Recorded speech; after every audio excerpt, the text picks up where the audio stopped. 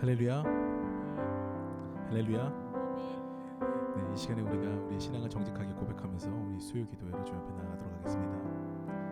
전능하사 천지를 만드신 하나님 아버지를 내가 믿사오며 그 외아들 우리 주 예수 그리스도를 믿사오니 이는 성령으로 잉태하사 동정녀 마리아에게 나시고 본디오 빌라도에게 고난을 받으사 십자가에 못 박혀 죽으시고 장사한 지 사흘 만에 죽은 자 가운데서 다시 살아나시며 하늘에 오르사 전능하신 하나님 우편에 앉아 계시다가 저리로서 산자와 죽은 자를 심판하러 오시리라. 성령을 믿사오며 거룩한 공예와 성도가 서로 교통하는 것과 죄를 사하여 주시는 것과 몸이 다시 사는 것과 영원히 사는 것을 믿사옵나이다. 아멘.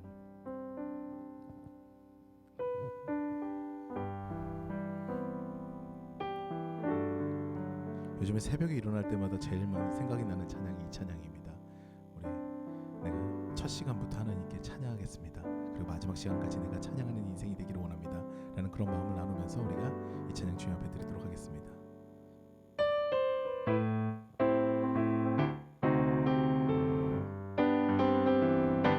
오 주여 나의 마음이 주께로 정해졌으니 나는 주 찬양하리라. 깨어라 나의 영혼아 비파와 수금 들어라. 이 새벽에 내가 찬양하리라.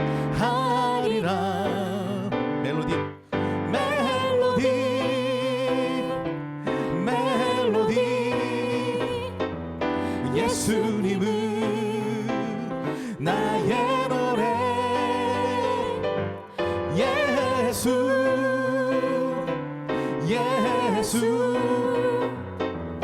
예수님은 나의 노래. 다시 한번 오주여 오주여 나의 마음이 주께로 정해졌으니 나는 주 찬양하리라. 깨어라 나의 영혼아 비파와 수금 들어라. 이 새벽에 내가 찬양하리라. 멜로디 멜로디 예수님은 나의 노래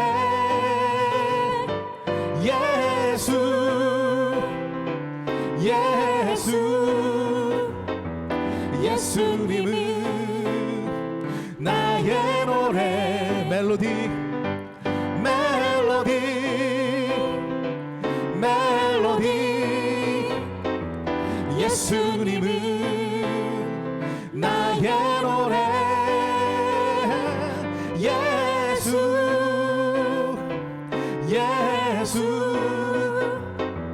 예수님은 나의 노래. 나의 창조자 나의 창조자 나의 구원자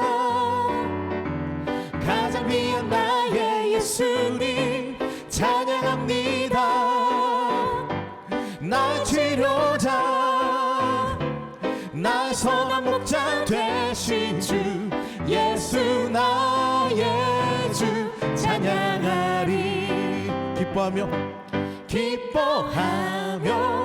함께 노래 부르리. 소리 높여 할렐루야 부르리. 주님 앞에 나와 찬양 드리며 우리 주님과 함께 기뻐하리라. 나의 창조자 나의 구원자 가장 귀한 나의 예수님 찬양합니다. 나의 치료자 나의 선한 목자 되신 주 예수 나의 주 찬양하리. 다시 한번 기뻐하며 함께 노래 부르리. 소리 높여 할렐루야 부르리.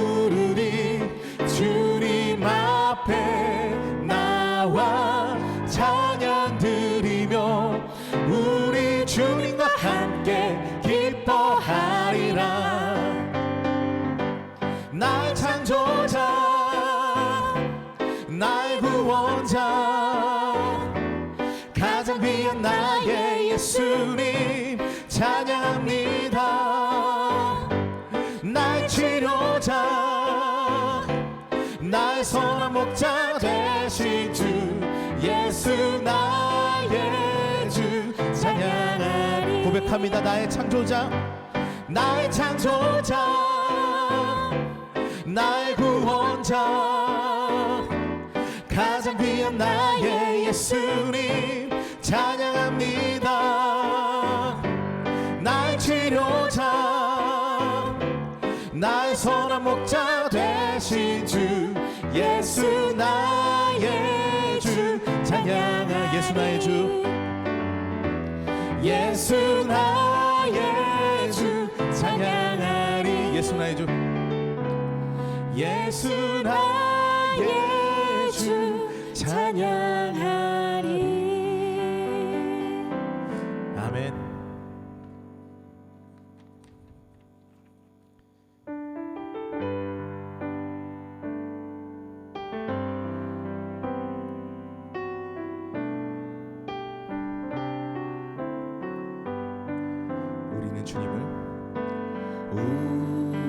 우리는 주님을 늘 배반하나 내 주 예수 여전히 날 부르사 그 참되신 사랑을 베푸시나니 내 형제여 주님을 곧 따르라. 주 널 위해 비네 주 널 위해 비네 주 널 위해 비네 항상 비시네. 주께서 풍성한 은혜를 내려 내 영혼이 나날이 복 받으니 주 예수를 너희도 구주로 섬겨 곧 따르면 풍성한 복 받겠네. 주 널 위해 비네 주 널 위해 비네 주 널 위해 비네 항상 비시네. 무거운 짐 지고 애타는 인생 주 예수께 돌아와 곧 쉬어라. 내 주 예수 너희를 돌보실 때에 참 복락과 한위가 넘치겠네.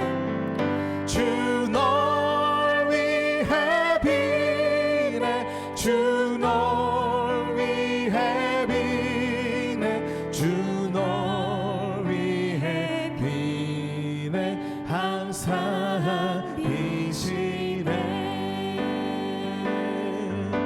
전부여 의지없어서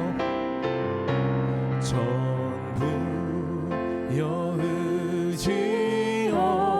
의지없어서 손 들고 옵니다. 주 나를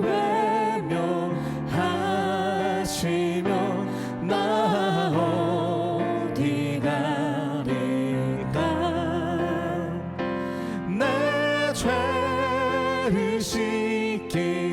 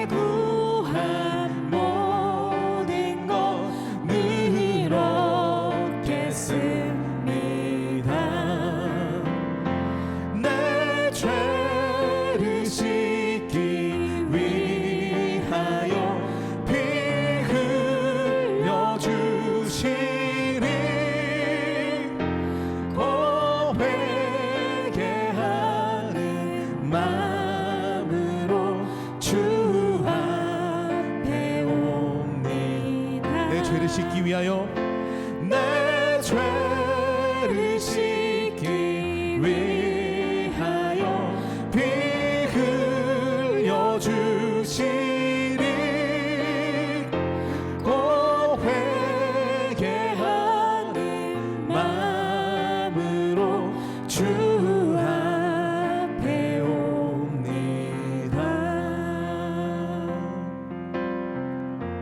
이 시간 우리 말씀을 듣기 전에 하나님, 우리의 모든 것을 주님 앞에 내려놓습니다. 내가 의지할 것이 무엇이 있습니까? 오직 주님밖에 없습니다. 그래서 이 시간에 주님 앞에 나왔습니다. 이 시간에 우리 예배를 받아주시옵소서라는 그런 기도를 드리면서 우리가 예배 가운데로 나아가도록 하겠습니다. 기도하시겠습니다. 사랑하는 가 많으신 하나님 아버지 감사합니다. 하나님께서 이 시간에 사랑하여 주셔서 온전히 주님 앞에 나와서 우리가 주님을 예배하게 하시고 또 주님께 기도하게 하시고 또 주님을 찬양하게 하시니 감사드립니다. 이 시간에 온전히 우리의 예배를 주님께서 받아주시기를 간구합니다. 우리의 예배에 이 향기를 흠양하여 주시기를 간구합니다. 하나님, 어떤 의지가 있어서 우리가 세상에서 우리가 의지하고 살았겠습니까? 하나님, 이 시간에 붙들어 주셔서 온전히 우리의 의지하는 것들을 모두 내려놓게 하여 주시옵고 오직 주님, 오직 하나님께로만 우리의 모든 의지하는 것과 우리 생각들과 우리 시선들을 맡길 수 있도록 도와주시옵소서. 역사하여 주시옵소서. 붙들어 주시옵소서. 하나님 함께하여 주실 줄 믿습니다. 예배 가운데로 함께하여 주실 줄 믿사오며 우리 삶 가운데 주님께서 개입하시고 간섭하시고 역사하실 줄 믿습니다. 하나님 역사하여 주시옵소서. 이 시간에 우리가 말씀을 듣기 전에 더욱더 우리 마음을 주님 앞에 드리기를 원합니다. 우리가 거룩한 산재물로 조금 더 부족함이 없이 이 시간에 나아갈 수 있도록 도와주시옵소서.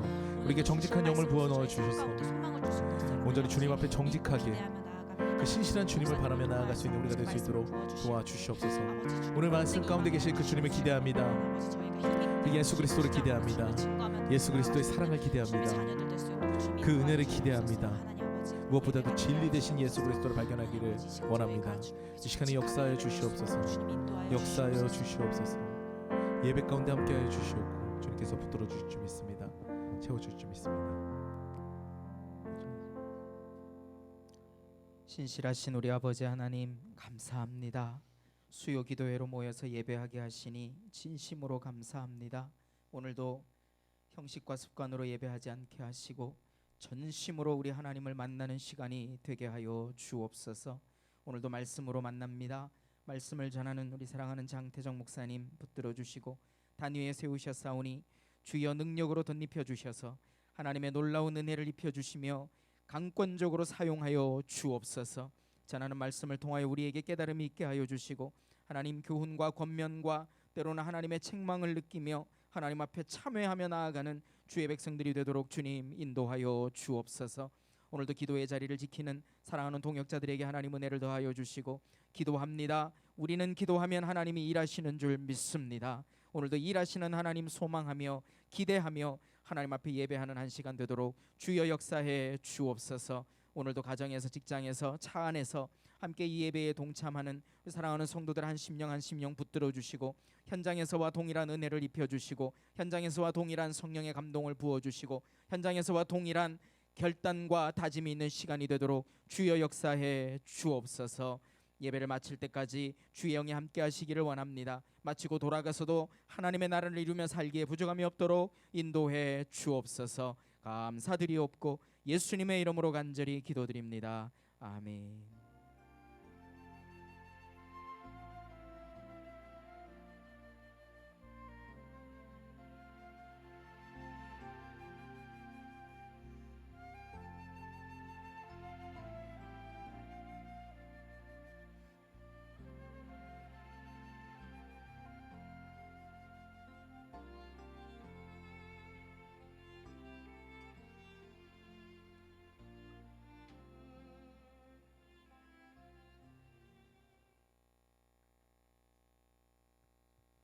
할렐루야. 할렐루야. 네, 오늘 말씀은 사무엘하 19장 14절 말씀입니다. 사무엘하 19장 14절 말씀입니다.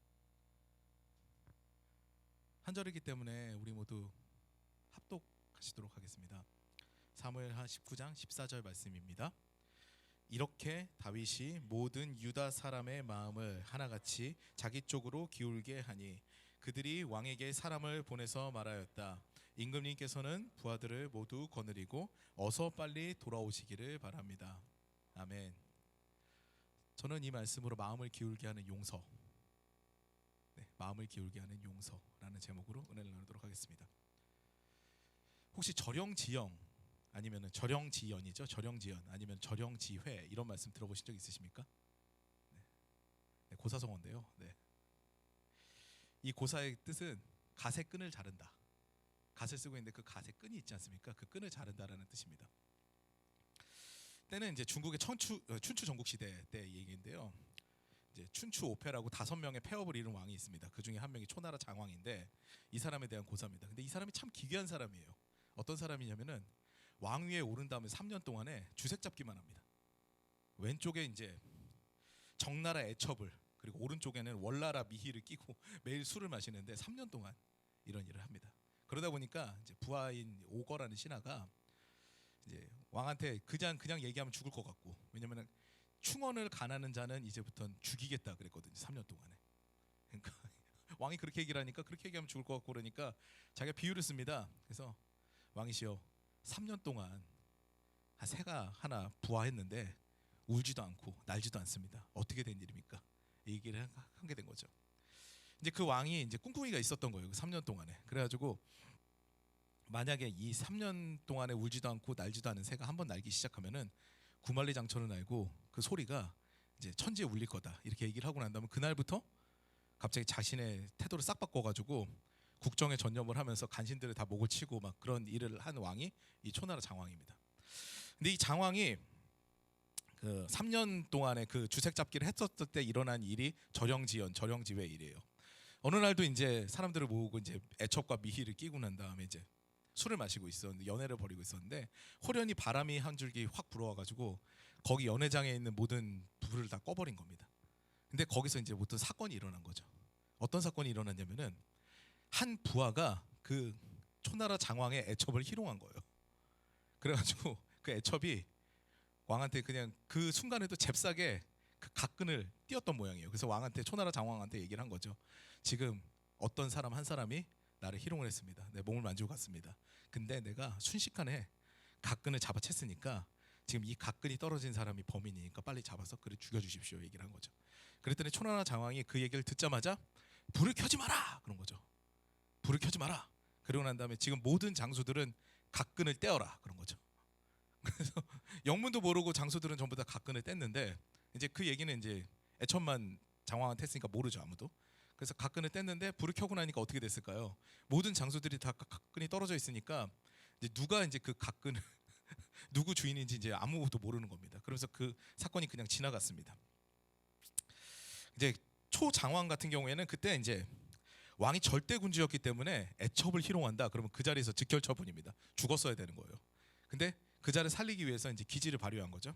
근데 후에 어떤 일이 일어났냐면은 초나라 장왕의 이제 운명을 건 전쟁이 일어났습니다. 건군일척에 이제 전쟁이 일어났는데 거기서 자기가 지게 생겼어요. 초나라 장왕이. 그리고 자기도 죽게 생겼는데 어떤 장수가 목숨을 자기 목숨을 돌보지도 않고 피칠갑을 하면서 막 싸워가지고 결국은 그 장수의 눈부신 활약으로 그 전쟁을 이기게 된 거예요. 그러니까 장왕이 나중에 이제 그 장수를 불러가지고 얘기를 하는 거죠. 내가 너를 굉장히 두텁게 대하지도 않고 내가 너를 중하게 쓰지도 않았는데 오늘 목숨을 다해서 싸운 이유가 무엇이냐 이제 얘기를 한 거죠. 너무 궁금한 거죠. 너 때문에 이겨서 너무 좋은데. 근데 몇 년 전에 저는 왕이 베푼 연회에서 왕의 애첩을 희롱해서 원래 그때 죽을 몸이었습니다. 그런데 왕께서 저를 살려주셨으니 저는 언제고 왕을 위해서 목숨을 다해 싸우겠다고 맹세했습니다 라고 이런 대답을 했다고 합니다. 이 대답이 절영지연입니다. 절영이라는 말은 각근을 자르다는 말이고 각근을 잘랐던 연회 이런 의미거든요. 사실 이 이야기를 듣고 여성 인권에 대해서 불편함을 느끼시는 분이 있다면은 미리 사과를 드리겠습니다. 근데 그 당시에 사회상을 보고 우리가 판단해야 하는 문제임을 좀 이해해 주셨으면 좋겠고요. 애첩의 분노를 풀어주는 것도 굉장히 당연한 일일 수 있겠지만 그 당시 문화는 그걸 오픈하면 죽는 겁니다. 사람의 목숨이 달려있는 거거든요. 그렇기 때문에 장왕의 행동은 굉장히 아름다운 용서로 우리가 해석을 해야 되는 부분이죠. 그러니까 이 이야기는 장왕 애첩의 권리보다는 장왕의 권리에 초점을 맞춰서 해석해야 되는 부분입니다. 장왕의 용서의 대가는 무엇이었습니까? 후에 그의 목숨입니다. 생명이죠. 그때 구해주었던 생명으로 생명을 구하게 된 겁니다. 용서는 이처럼 살리는 일에 사용이 됩니다. 내가 손해를 보는 것 같고 내가 잃은 것처럼 보이고 내가 마음 아픈 것 같이 느껴지고 내가 되게 손해를 보는 것 같지만 결국 용서는 나도 살리고 남도 살리는 일이 되는 것입니다. 근데 요즘 우리 사회를 보면 참 가슴 아픈 일들이 많습니다. 용서는 점점 사라지고 무엇이 기준이 됩니까? 법이 기준이 됩니다. 삭막한 사회가 되고 있는 거죠. 우리가 정한 법에서 너는 벗어났다. 그러므로 처벌받아야 된다라는 것이 요즘 우리 사회 이슈입니다. 그래서 법이 어떻게 정해지느냐가 되게 중요한 사회가 됐어요. 근데 그게 정말 진리일까요? 우리는 이것을 하나님 말씀에 비추어서 심각하게 고민을 해봐야 됩니다. 사실 저는 법대로라는 말을 되게 좋아하지 않습니다. 정확하게 얘기한다면 싫어한다라는 표현을 써도 될 것 같습니다. 이제 법은 억울한 자의 이제 원한을 풀어주는 데 사용되기도 합니다. 이게 긍정적 요인이죠. 근데 요즘에 법대로라는 말은 나의 주장을 합리화시키는 데 굉장히 많이 사용이 됩니다. 그러니까 내가 뭐 다른 사람의 공감을 얻지 못하더라도 이 법 테두리 안에서만 내가 이 일을 하게 되면 나는 온전하다. 그래서 나 스스로 위로하고 나 스스로 인정을 받으려는 행위들이 되게 많습니다. 그렇다면 가장 좋은 게 뭘까요? 법이 아니면 너는 그리고 또 성경은 무엇을 이야기하고 있느냐 이렇게 물으신다면은 저는 합치라고 얘기를 하고 싶습니다. 시비를 가린 것이 가장 좋은 게 아니라요. 서로의 의견으로 가장 좋은 거 서로의 의견을 내서 그 중에서 그래 내가 이거 양보하고 그래 너는 이것을 가져가고 우리가 합치해서 이거는 결론을 내자라는 것들이 굉장히 성경적이죠.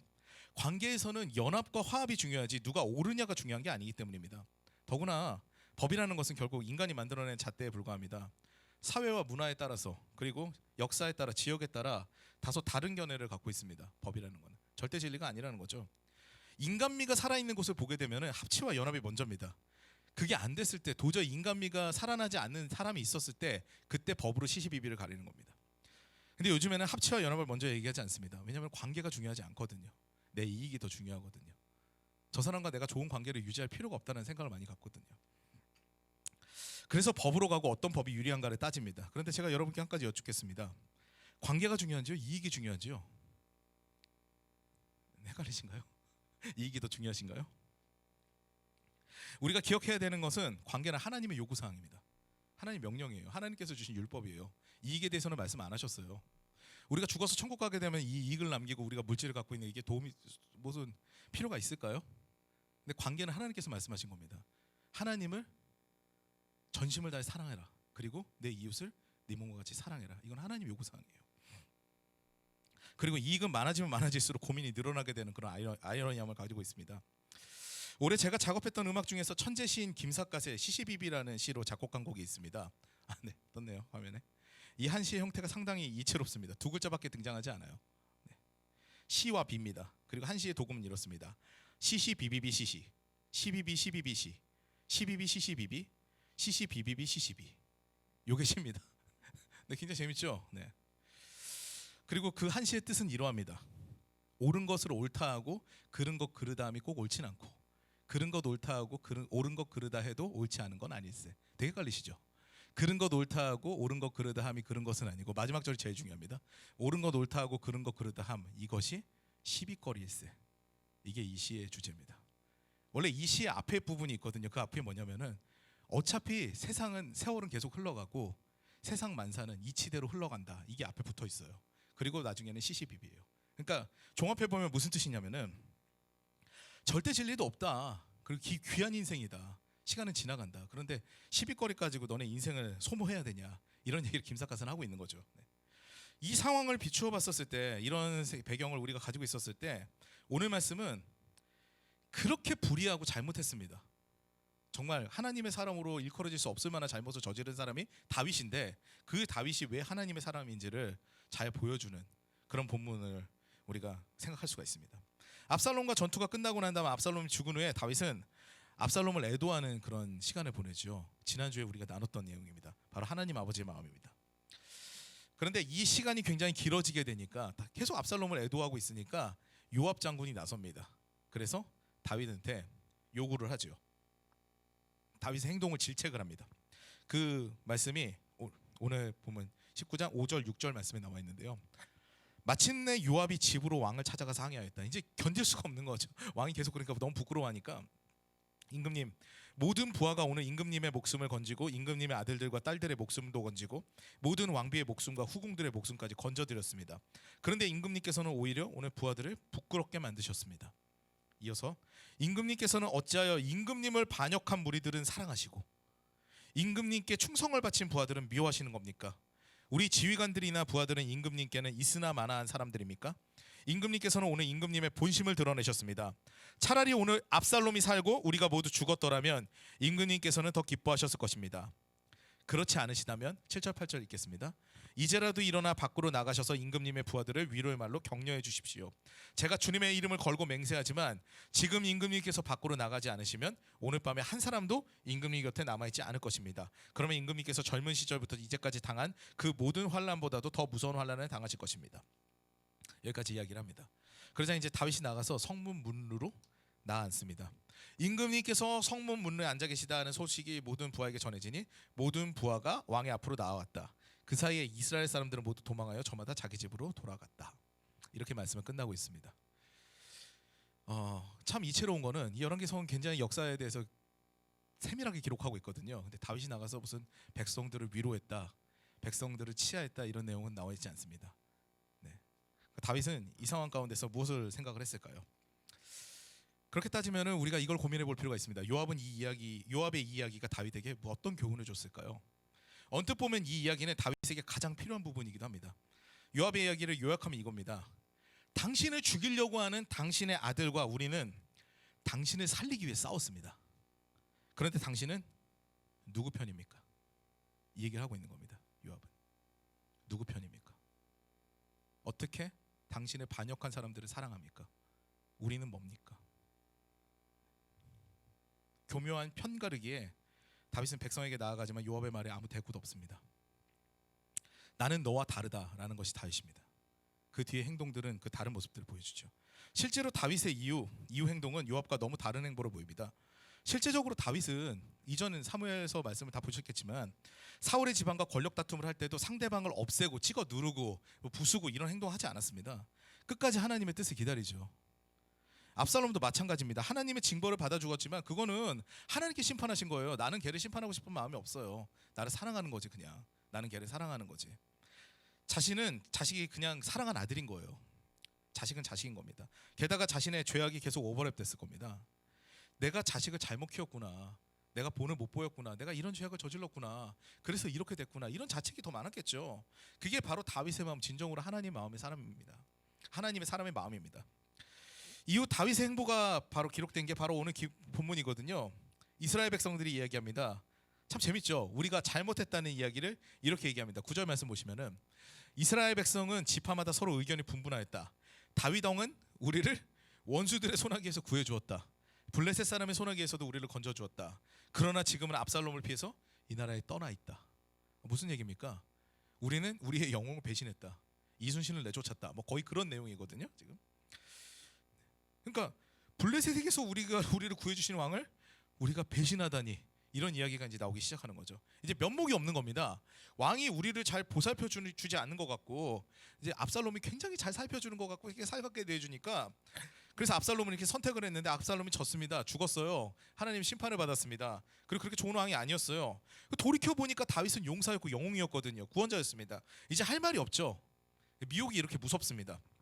어떤 사람한테 은혜를 받았는데도 불구하고 시간이 지나가면은 그 은혜가 사그라지는 경우가 있어요. 서운함만 남습니다.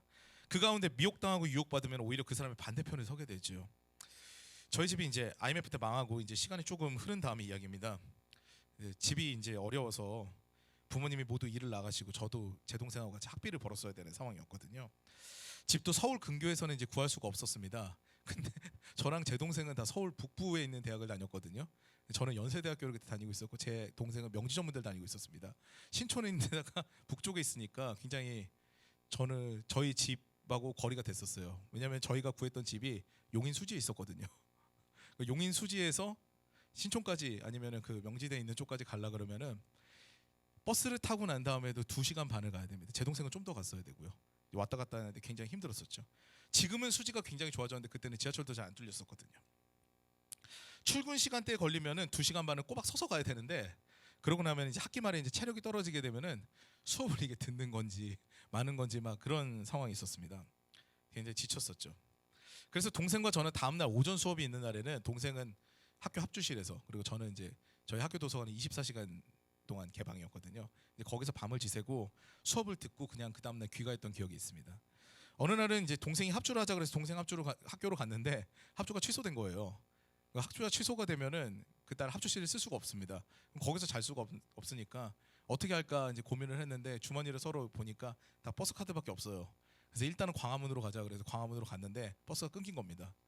그래서 저는 그때 그냥 그 시간이 이제 새벽 되게 늦은 시간이었는데 학교까지 걸어갔고요. 신촌까지. 그리고 제 동생은 거기서 계속 덜덜 떨다가 나중에는 첫 차를 타고 집으로 간 모양이에요. 동생한테 후에 얘기를 들어보니까 본인 주머니에 500원이 있었는데 이제 보니까 간이 화장실, 속칭 이제 응가방이라고 하는 데가 있어가지고 거기가 좀 따뜻해 보여가지고 500원을 주고 들어갔대요. 돈을 넣고. 그런데 너무 냄새가 나가지고 1분 만에 나왔다고. 뭐 그런 가슴 아픈 이야기도 있었습니다. 그렇게 어려운 시절에 어머니께서 아는 권사님한테 돈을 빌리셨다고 이제 말씀을 하셨습니다. 어느 정도 빌리셨다는데 급하게 생활비가 이제 필요하셔가지고 그리고 이제 빌리셨는데 갚아야 되는데 그 기한을 맞추지를 못했습니다. 조금만 기다려달라고 사정을 했는데 한 달 밀렸나요? 그런데 그 권사님께서 이제 저희 집에 찾아오신 거죠. 찾아오시더니 그때는 집에 저밖에 없었습니다. 근데 제 평생에 그렇게 되게 모멸감을 느껴본 순간이 거의 그때 버금가는 순간이 거의 없었던 것 같아요. 저희 집안은 하나하나씩 다 둘러보시면서 뭘 가져갈까를 계산하고 계시더라고요. 그때 저희 어머니께서 빌리셨던 돈이 300만 원이었습니다. 돈 300만 원 때문에 들어와가지고 이제 저를 세워놓고 난 다음에 가전 살림을 보면서 이제 이걸 가져가야겠다 하시는 거죠. 너무 속이 상해가지고 제가 어머니께서 들어오시고 난 다음 이야기를 꺼내니까 어머니께서 눈시울을 붉어지세요. 그러면서 미안하다 말만 계속 연신하시죠. 그 시간이 지난 다음에 나중에 황당한 이야기를 들었습니다. 가슴에 이제 어머니께서 가슴에 묻어둔 이야기를 들었죠. 그 권사님 아드님께서 이제 운전을 하다가 어느 날 이제 운전을 실수를 해가지고 사람을 쳤는데 그 사람이 죽은 거예요. 그래서 그 사람이 죽어가지고 굉장히 힘든 시절을 보냈는데 그 권사님도 그 당시에는 굉장히 여러 가지로 힘드신 모양이었나 봐요. 그럴 때 같은 구역이기 때문에 저희 아버님께서 굉장히 힘을 쓰셨다고 합니다. 왜냐하면 그 치여서 죽으신 분의 동생분이 저희 아버님하고 또 막역한 분이신가 봐요. 그래가지고 아버님께서 손이 발휘되도록 가서 빌고 가서 오히려 아버님께서 그 일을 많이 하시면서 중간에 중재를 해가지고 원만하게 그때 합의가 되도록 애를 쓰셨다고 했습니다. 그래서 어머니께서 하시는 말씀이 그런데 그때 일은 그때 일이더라 이렇게 말씀하시는 거죠. 우리가 잘 살 때는 그렇게 연락도 자주 하고 살갑더니 망했다는 소리가 들리니까 돈 300만 원에 같은 구역 식구였고 도움 줄 사이인데 그렇게 세간을 보고 갔다 그래서 내가 속이 너무 상했다 이런 말씀을 하시는 거죠.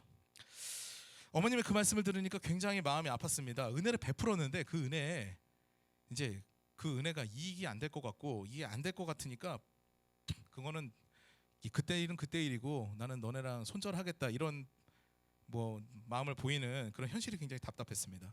오늘 이스라엘 백성도 이와 같습니다.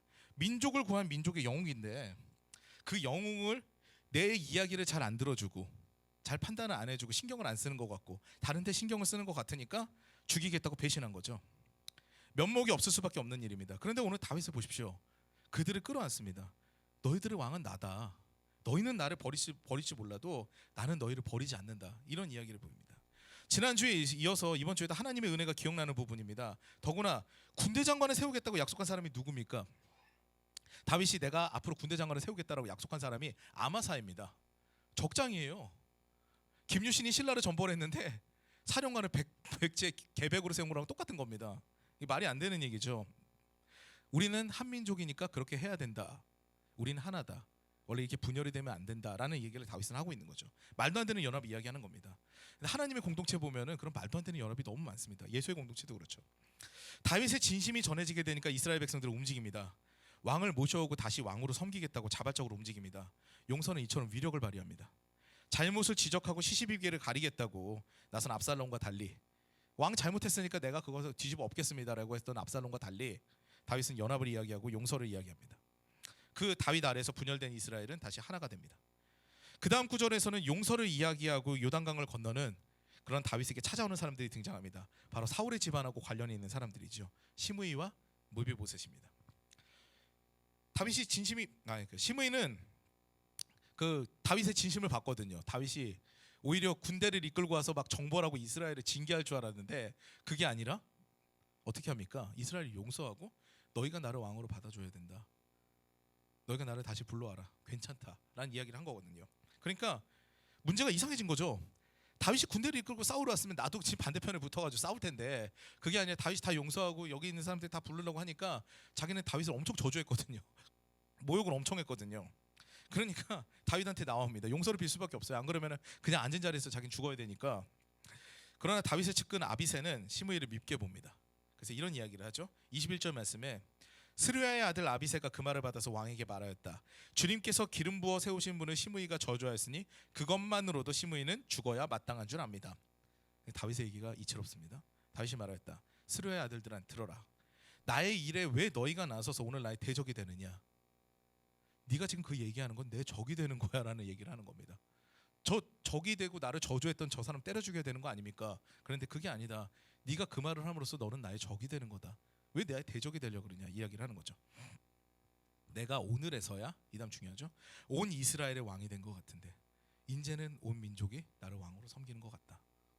분열된 이스라엘이 하나가 된 날이다. 이런 날에 이스라엘에서 사람이 처형을 받아서야 되겠느냐. 다윗의 이 위대한 용서는 이스라엘에서 그치지 않습니다. 자신을 모욕하고 저주한 시므이도 용서합니다. 이 좋은 날이라는 표현을 씁니다. 히브리어로 욤토브라고 하거든요.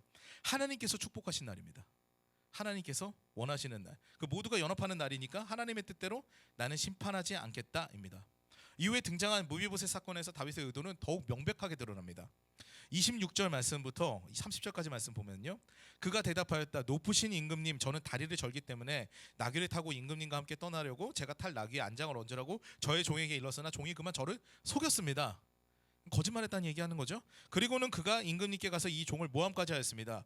임금님은 하나님의 천사와 같은 분이시니 임금님께서 좋게 여기시는 대로 처분하기를 바랍니다. 제 아버지의 온 집안은 임금님에게 죽어도 마땅한 사람들 뿐인데 임금님께서는 이 종을 임금님의 상에서 먹는 사람들과 함께 먹도록 해주셨으니 이제 저에게 무슨 염치가 있다고 임금님께 무엇을 더 요구하겠습니까? 이제부터 다윗의 얘기가 나오죠. 그러나 왕은 그에게 말하였다. 네가 어찌하여 그 이야기를 또 꺼내느냐. 나는 이렇게 결정하였다. 너는 시바와 밭을 나누어 가지라. 제일 논란이 많은 구절 중에 하나입니다. 무비보셋은 이제 왕에 다르죠. 이제 체념하면서 높으신 임금님께서 완전하게 왕궁으로 돌아오시게 되었는데 이제 그가 그 밭을 다 차지한 줄 어떻겠습니까? 이렇게 얘기를 하는데요. 무비보셋은 자신의 억울함을 이야기한 거죠. 근데 이때 다윗은 어떤 중요한 일을 하냐면은 이는 시시비비를 가르지 않겠답니다. 무엇이 옳고 그른지 나한테 판단을 맡기지 말아라입니다. 나는 그거 오늘 판단하지 않겠답니다. 네가 옳고 네가 그르다 하는 것이 지금 문제가 아니라는 것이죠. 그리고 다윗이 무비보셋에게 낸 문제입니다. 너는 시바와 나누라. 밭을 나누라. 옳고 그름을 나누면서 서로 싸우는 것이 오늘 옳지 않다. 나는 법대로 하지 않겠다. 너는 시바와 연합하랍니다. 그것이 다윗이 준 미션이죠. 사랑하는 여러분, 하나님의 나라는 연합과 화합입니다. 정해진 틀이 그것을 구속하는 게 아니죠. 우리는 우리가 해석하는 방향으로 법도를 정합니다. 그리고 그것으로 어떻게 합니까? 상대방을 올가맵니다. 그런데 그 올무는 내게도 해당이 됩니다. 그게 굉장히 무서운 일이죠. 그래서 저는 좀 성적인 타락을 주제로 청소년들을 정죄하면서 집회하는 사역자들을 별로 좋아하지 않습니다. 그런 사역자들 보게 되면은 대부분 그 올무에 걸려 있습니다. 내가 정죄하고 옳은 척하는 사람들이 대부분 그 죄악의 굴레 아래서 신음하는 사람들입니다. 그런데 나는 하나님을 믿으니까 나는 괜찮아 하는 사람들이 대부분이더라고요. 물론 진짜도 있고요. 근데 진짜 청소년들이 아프겠다고 생각하는 사역자는 그렇게 정죄하지 않습니다, 사실. 그리고 막 변화를 위해서 내가 얘기하는 이 순간에 막 변화가 돼야 된다 이런 얘기 잘 안 해요. 왜냐하면 사람 안 변하거든요, 사실. 네. 변화가 되지 않아도 사랑하고 아픔을 함께하리라고 생각하는 게 진짜 사역자입니다. 어떤 훈련도 어떤 프로그램도 사람을 변화시킬 수가 없습니다. 내가 예수 믿고 변했다고요? 그 천만의 말씀입니다. 내가 변한 게 아닙니다. 네, 이렇게 얘기하면 되게 이단 같으시죠? 내 본성을 쳐서 누를 수 있을 만큼 내 안에 예수가 강해진 거지 내가 변한 게 아니에요. 내 본성은 바뀌지 않습니다. 그렇기 때문에 내 본성은 변하지 않고 언제 어디서 튀어나올지 모르기 때문에 늘 내가 죽고 예수로 살아야 되는 게 신앙의 본질입니다. 그게 신앙인의 삶입니다. 내가 어느 순간 확 변하지 않아요. 절대적으로. 그리고 예수가 살아 있어야 그 본성이 억눌러지고 내가 예수의 삶을 따라갈 수 있는 겁니다. 그게 신앙인의 삶이죠. 제가 올 초에 호주로 가정여행을 다녀왔습니다. 그때 호주 땅에서 처음 만난 가이드분하고 이런저런 이야기를 나누다가 어떻게 하다 보니까 제가 목사라는 걸 알게 됐어요. 그래서 그분이 저한테 질문하십니다. 제가 교회를 다니면서 이제 잘 먹던 술도 안 먹고 가족들과의 관계도 되게 원만해졌습니다. 저는 어느 정도만 더하면은 완전한 의인이 될 수 있을까요? 이런 질문한 거죠. 요 정도면 천국 갈 수 있겠죠? 이런 질문했습니다. 제가 어떻게 대답했을까요? 이 질문에 여러분은 어떻게 대답하시겠습니까? 저는 이제 이렇게 대답했습니다. 이제 목사죠. 목사니까 네. 정답이 아니라 성경에 적혀 있는 해답을 얘기하죠. 선생님, 우리는 천국 갈 때까지 죄인입니다. 신실하고 경건하게 사는 거는, 그렇게 사시는 거는 우리가 은혜를 받았으니까, 주님께 은혜를 받았으니까 그 은혜를 아는 분량만큼 우리가 예수님의 삶을 따라가는 거지, 그게 구원에 영향을 미치는 개념은 아닙니다. 우리는 우리 죄악을 어찌할 수 없지만 이미 그 죄악을 위해서 예수님께서 십자가에 달려 죽으심으로 우리의 죄값을 이미 치르셨습니다. 그렇기 때문에 우리는 천국 갈 때까지 우리는 죄를 안고 가고 그 앞에서도 우리는 참소당할 수 있습니다. 그런데 그때 아버지 하면서 예수님께서 저 사람이 저 죄 때문에 내가 십자가에 달려 죽었습니다. 그렇게 예수님께서 탄원하심으로 그 예수 피를 힘입어서 우리가 구원을 받을 수 있는 것입니다. 라는 이런 대답을 했습니다. 그분은 그 당시에는 절대 이해를 못 하시더라고요. 어떻게 우리가 더러운 상태로 그러면은 계속 더럽게 살아야 됩니까? 아니, 그건 아닙니다. 우리가 은혜를 알면은 그 은혜에 따라서 우리가 예수님의 삶을 자발적으로 따라가는 거지, 내가 내 삶을 구원받기 위해서 이렇게 살아야겠다라고 복종시키는 게 아닙니다. 라는 이야기를 했죠. 근데 부족한데 어떻게 천국을 가느냐면서 저를 이제 좀 이단으로 의심하는 것 같았습니다. 네, 그런 일이 있었습니다. 사랑하는 여러분, 우리는 죄인이고 어찌할 수가 없습니다. 성경에 적혀 있습니다. 의인은 없나니 단 한 사람도 없다고 기록되어 있습니다. 그럼에도 불구하고 우리는 용서함을 받았습니다. 하나님을 배신하고, 그리고 때로는 계속 배신해 가면서도 그런 삶을 살지만 우리는 천국 소망이 있습니다. 왜냐하면 예수께서 이 모든 것을 해결하셨기 때문입니다. 그 십자가에서 직접 너네가 해결 못하니까 내가 가겠다, 너네 대신 내가 죽을게, 그리고 해결하신 사건이 바로 십자가 사건입니다. 예수님께서 하신 말씀대로 우리가 살아야 되는 거죠. 왜냐하면 이 용서함이 어떻게 주어집니까? 예수님을 믿으면 주어집니다. 근데 예수님을 믿는다는 게 무엇입니까? 예수님이 하신 말씀대로 살아가는 것이, 그것이 예수님을 믿는 삶입니다. 이렇게 살아라, 너희가 나를 믿는다면은 이런 행동을 해야 된다라는 것들을 예수님께서 말씀하셨는데, 그대로 살지 않는다면은 예수를 믿는 것이 아니죠. 사실은 예수의 공로대로 살아가는 것이 아닌 겁니다. 예수님께서는 그럼 뭐라고 말씀하셨습니까? 용서하라고 하셨습니다. 물론 베드로에게 7번씩 70번이라도 용서하라고 하셨지만 그거보다 더 무섭게 말씀하신 게 있습니다. 비유로도 실제적으로도 말씀하셨는데, 비유로는 이렇습니다. 1만 달란트 탕감받은 자가 100데나리온을 감옥에 집어넣는 그 비유를 기억하시길 바랍니다.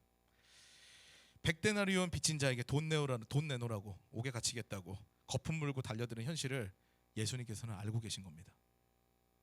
말할 수 없는 감동으로 너희가 은혜를 받았는데, 근데 너희들은 너희 친구들을 그렇게 올가매고 죽일 것이다 라는 것을 예수님께서는 이미 알고 계셨던 거죠. 오죽하면은 실제적으로 남기십니다. 우리 주기도문 다 암송하고 계시죠? 그 부분에 대해서 말씀이 오늘부터는 깊게 새겨지시기를 예수 이름으로 축원드립니다. 우리가 우리에게 죄 지은 자를 사하여 준 것 같이 우리의 죄를 사하여 주옵시고, 이렇게 남기셨습니다. 용서하지 않으면 나도 용서하지 않겠다라는 선언입니다. 너희들이 용서해라, 너희들이 사랑해라, 그것이 내가 원하는 이 천국 복음이고 천국인 삶이다 라는 말씀을 하신 거죠. 오늘 다윗을 보면 모든 판결을 하나님께 맡기는 지혜로움을 보여줍니다. 용서하는 삶으로 인해서 이스라엘은 두 번째 피비린내 나는 그런 숙청 없이 온전히 하나가 됩니다. 심지어 자신을 저주하고 모욕한 시므이도 용서한 다윗입니다. 우리도 감당할 수 없는 은혜로 하나님께, 주님께 용서함을 받았습니다. 그 은혜로 우리가 우리 형제들을 용서하지 않으면은 후에 주님 앞에서 고발을 당해도 아무런 항변을 할 수가 없을 것입니다. 용서함으로, 그것도 자신에게 해를 끼친 백성의 마음을 기울이게 하는데 노력한 다윗을 보면서 아무런 공로가 없는데도 우리에게 오셔서 용서하시고 사랑해 주신 우리 주 예수 그리스도를 기억하시기를 축원합니다. 11월 한 달 동안 더욱 감사하는 삶을 사시는 저 여러분 되시기를 주님 이름으로 축원합니다. 네, 우리 말씀을 생각하시면서 이런 기도 제목으로 기도하겠습니다. 늘 용서하는 마음으로 예수의 제자로 살아가겠습니다. 그리고 또 나를 용서하시고 사랑하시는 예수님을 기억하며 살겠습니다. 그리고 서로 사랑하며 섬기는 성경적인 교회 공동체를 세우겠습니다. 이 세 가지 기도 제목 두고 기도하시고 난 후에 우리 예배를 마치도록 하겠습니다. 기도하시겠습니다.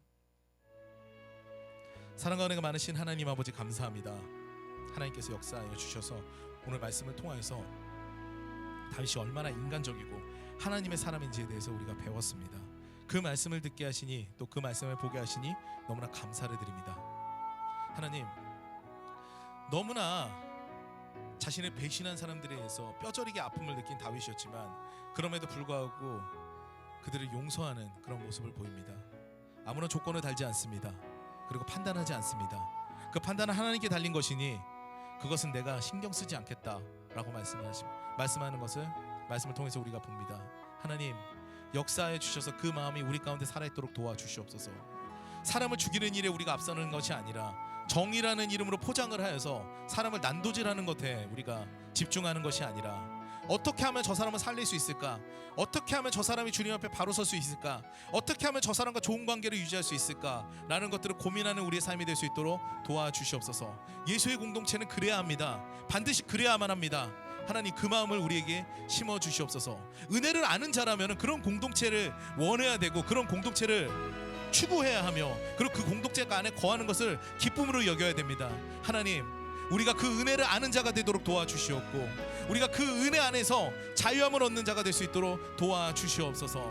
다른 이들을 용서하고 그들과 관계를 좋게 맺고 그리고 그들의 삶 가운데 내가 깊이 관여해서 예수의 향기를 드러내는 그런 놀라운 역사를 우리 삶 가운데 경험해내는 그런 우리가 될 수 있도록 도와주시옵소서. 하나님, 역사하여 주셔서 우리 삶 가운데 주님께서 개입하시는 것을 우리가 막는 우를 범하지 않도록 도와주시옵소서. 말씀 가운데 또한 우리가 레마 음성으로 들을 때 그리고 우리가 기도할 때 그때 듣는 모든 주님의 음성 가운데 우리가 귀 기울일 수 있도록 도와주시옵고 무엇보다도 주님께서도 우리 인류를 살리시기 위하여서 이 땅에 오심을 늘 기억하면서 우리도 다른 사람을 살리게 하는 그런 사역들을 살아내게 되는 그런 우리 사역자들이 될 수 있도록 도와주시옵소서. 그런 성도님들이 될 수 있도록 도와주시옵소서. 하나님, 그 예수님의 용서하는 마음을 우리한테 심어주시옵고 늘 용서하며 살아갈 수 있도록 도와주시옵소서. 잣대로 판단하는 건 너무나 쉽습니다. 그렇지만 용서하는 건 너무나 어렵습니다. 그렇지만 주님께서는 먼저 우리들에게 용서를 보이셨고 우리들에게 희생으로 구원으로 함께 하셨습니다. 하나님, 그 마음을 우리 마음 가운데 심을 수 있도록 도와주시옵소서. 역사하여 주시옵소서. 붙들어 주시옵소서. 주님, 주관하여 주시 믿습니다. 되어 주시 믿습니다. 주관하여 주시옵소서.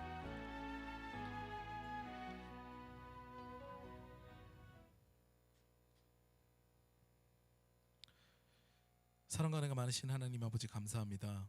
하나님, 우리의 마음 가운데 그 주님의 마음을 심어 주셔서 우리가 다른 이들을 긍휼하게 여기고 용서하며 사랑하며 무엇보다도 연합과 화합을 이루어가는 우리가 될 수 있도록 도와주시옵소서.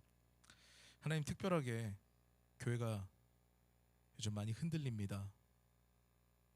하나님, 교회를 흔드는 그런 악한 영의 세력이 있다면 그 세력을 주님께서 묶어 주시옵고 예수님의 보혈로 함께 하셔서 교회가 하나 되고 주님의 영광이 되며 또 그리스도의 머리 되신 예수 그리스도의 중심으로 한 지체 한 지체가 주님의 몸된 성전을 잘 이뤄가는 그런 귀한 교회가 될 수 있도록 도와주시옵소서. 주님의 피값으로 사신 귀한 교회입니다. 주님 앞에 올려드립니다. 우리가 할 수 있는 것이 무엇이 있겠습니까? 의지할 수 있는 것도 없습니다. 하나님, 온전히 주님께만 바라보니 주님께서 해결하여 주시옵고 주님께서 역사하여 주시옵소서. 온전히 주님만을 바라며 이 모든 말씀 우리 구주 예수 그리스도 이름으로 기도드리옵나이다. 아멘.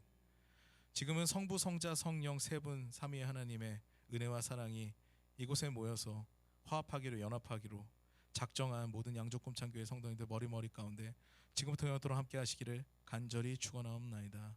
아멘.